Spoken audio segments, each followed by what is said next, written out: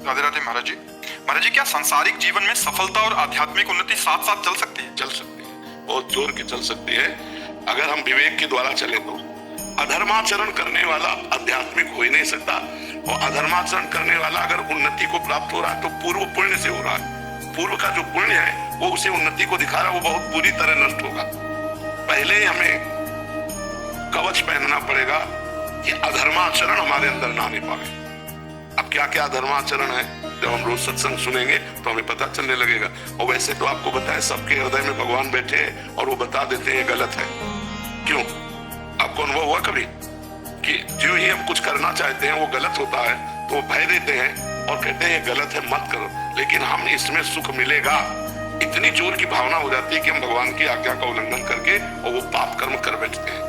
अगर हम पाप कर्म करेंगे तो अध्यात्म में चल ही नहीं पाएंगे। तो इसीलिए प्रायः संसारिक आदमी अध्यात्म को स्वीकार नहीं करता, क्योंकि वो पाप कर्म करता है। पापवंत कर सहज स्वभाव, भजन मोर ते भाव न खाओ, जो पे दुष्ट हृदय सोई होई, मोरे सन्मुख आव की सोई। वो पापाचरण के कारण अध्यात्म को स्वीकार नहीं करता। यदि पापाचरण त्याग कर दे तो अध्यात्म और संसारिक उन्नति साथ साथ चलती जाएगी। चक्रवर्ती सम्राट महाराजा अम्बरीश जी थे, वो महान भागवत भी थे। जनक जी परम ज्ञानी है और राजा भी है, तो साथ साथ दोनों बातें चल सकती हैं यदि गंदे आचरणों का त्याग कर दिया जाए तो। पर है कठिन, क्योंकि गंदा आचरण हम छोड़ नहीं पाते। गंदा आचरण होता कब है? जब हम मन के अनुसार चलते हैं। और गंदा आचरण छूटता कब है? जब हम शास्त्र के अनुसार चलते हैं। तस्मात् शास्त्रम प्रमाणन्ते कार्याकार्यो व्यवस्थितो।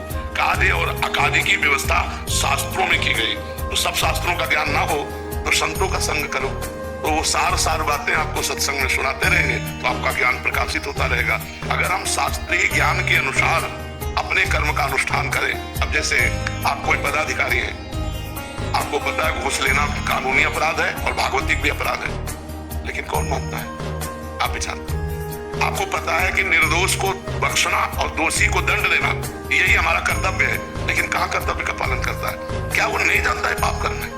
अब वो कहे कि हमें आध्यात्मिक भी उन्नति करने हो, लौकिक भी उन्नति करने, तो लौकिक आ गया, लेकिन ये जब फूटेगा इसका जहर तो पूरा वंश को बर्बाद कर देगा। तो पहले तो धर्माचरण पे चलना सिखा जाए तो हम आध्यात्मिक उन्नति को प्राप्त कर ले।